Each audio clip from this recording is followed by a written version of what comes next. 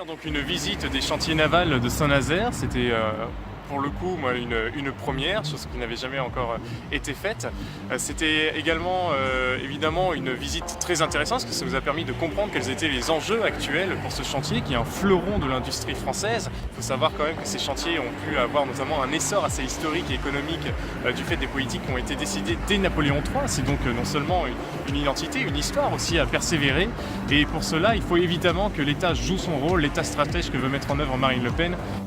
Évidemment, si l'État ne joue pas son rôle, eh bien malheureusement c'est les Italiens qui s'en sortiront gagnants, et peut-être même les Chinois à qui on a tendance à vendre parfois peut-être trop de brevets. La visite des chantiers navals de Saint-Nazaire a été très instructive pour plusieurs raisons, sur plusieurs plans. Elle confirme que nous, les Français, nous savons faire des choses. Nous savons à 80% aujourd'hui avoir le process de production qui est ici celui de la construction de transatlantique par exemple. Ça confirme autre chose, c'est que les sommes qui sont en jeu ici sont grandes, c'est vrai. Néanmoins, il est possible de penser à une participation d'État, mais aussi à une participation des ouvriers. C'est-à-dire que petit à petit, des gens impliqués dans le processus de production pourraient s'impliquer de plus en plus, racheter une part des entreprises pour être un peu eux-mêmes les acquéreurs de leur outil de travail.